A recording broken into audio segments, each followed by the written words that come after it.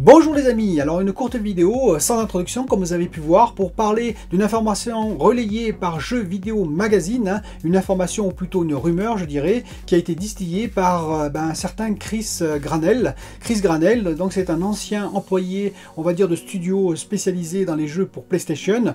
Il a travaillé pendant 14 ans dans ces studios, avant de les quitter on ne sait pas dans quelles conditions, et donc il a fait un podcast sur une chaîne Xbox la nuit du 22 avril pour lâcher quelques bombes sur la PS5. Donc je vais revenir sur ces informations, en fait sur trois, on va dire, grandes informations qu'il a distillées sur la PS5, selon lui bien entendu, et pour en discuter avec vous.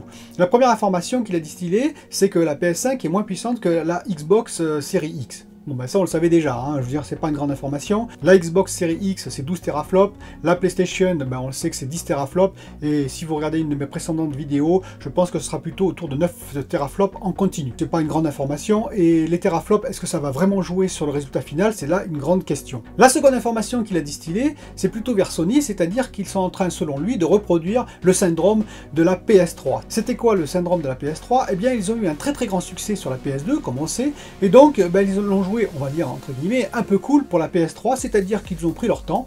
Donc la Xbox 360 est sortie, ils ont attendu plus d'un an avant de sortir la PS3, ils l'ont sorti à 600 €, ça a été beaucoup trop cher, beaucoup trop tard, ils ont eu beaucoup de difficultés à rattraper tout le retard qu'ils avaient sur Microsoft. Là, ça m'étonnerait que Mark Cerny et toutes les équipes de Sony reproduisent la même erreur. Moi, je trouve, je dirais cet argument absolument inconsistant. Je ne vois pas sur quoi il l'étaye. Pour moi, effectivement, la PS5, ils sont en train de travailler dessus pour sortir en même temps que Xbox, donc pas un an après. Pour moi, la PS5 sortira moins cher que la Xbox Series X, sauf si Microsoft casse les prix, bien entendu. Mais ça, j'en parlerai dans une future vidéo qui sortira bientôt. Donc non, cet argument-là ne tient pas du tout. On n'est pas du tout dans la même configuration qu'à l'époque de la PS3. Le troisième argument de Chris Granell, c'est de dire que Microsoft a travaillé en lien étroit avec AMD. Ah, c'est fantastique comme argument. Bien entendu qu'ils ont travaillé en lien étroit, on le sait. Mais croire que Sony n'a pas travaillé en lien étroit avec AMD, c'est un peu se fourvoyer. Car c'est un peu vite oublié que Sony, pour l'instant, c'est le leader en termes de vente de consoles. Et donc AMD, bon, ils sont pas fous. Ils ont travaillé également en étroit lien avec Sony. D'ailleurs, pour preuve, c'est puces avec fréquence variable dont nous a parlé Mark Cerny. Je pense que les deux ont travaillé en étroit lien, chacun ayant, je dirais, des secrets par rapport à l'autre, et on verra bientôt ces secrets dévoilés lorsque nous aurons les machines enfin en main. C'est là, effectivement, que nous aurons vraiment la conclusion. Je pense que Chris Granell n'a pas plus d'informations que moi, je suis désolé de le dire. Il n'a pas de lien direct avec AMD, au risque de dévoiler des secrets professionnels qui risqueraient de lui coûter très cher. Non, je crois qu'en fait, il a spéculé, comme beaucoup on spécule d'ailleurs, entre parenthèses, sur les futures consoles. Il était sur une chaîne dédiée à Xbox, c'était évident qu'il n'allait pas critiquer la Xbox et qu'il n'allait pas enfoncer la Xbox par rapport à la PS5. Je pense qu'il aurait quand même dû être un peu plus objectif, ça c'est mon avis, mais bon, c'est son droit d'avoir voulu flatter les fans de Xbox, mais il n'a rien pour étayer ses propos, pas de termes techniques, pas de papier ou je ne sais quelle information vraiment vérifiable. Donc c'est plus de la spéculation, c'est plus de la rumeur qui alimente l'écosystème, on va dire, du jeu vidéo. Donc c'est toujours un peu marrant, c'est sûr, mais enfin beaucoup de rumeurs comme ça commence à faire lourd. Moi je pense qu'il faut attendre les jeux. Voilà, la vérité c'est que c'est les jeux qui vont déterminer tout.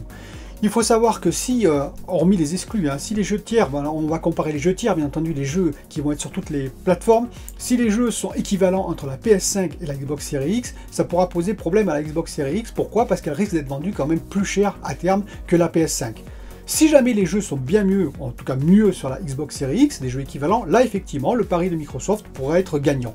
Il n'y a que ça qui va vraiment déterminer à la fin qui c'est des deux qui va tirer son épingle du jeu. Nous allons donc attendre avec impatience déjà que la PS5 se dévoile un peu plus, ça c'est vrai, ça devrait arriver en mai-juin. Peut-être le design, ce serait magnifique, et après nous attendrons bien entendu le verdict final, c'est-à-dire les jeux, les tests sur les jeux, il n'y a que ça qui comptera. Voilà, pour moi c'était une courte vidéo sur les propos de Chris Granell qui n'apporte pas grand-chose au débat, c'est mon avis en tout cas à moi, et je vous dis à bientôt avec une nouvelle vidéo que je suis en train de préparer sur un aspect du jeu qui m'intéresse beaucoup, comme je vous ai déjà promis, n'est-ce pas, et qui va arriver bientôt. En tout cas, portez-vous bien, bye bye.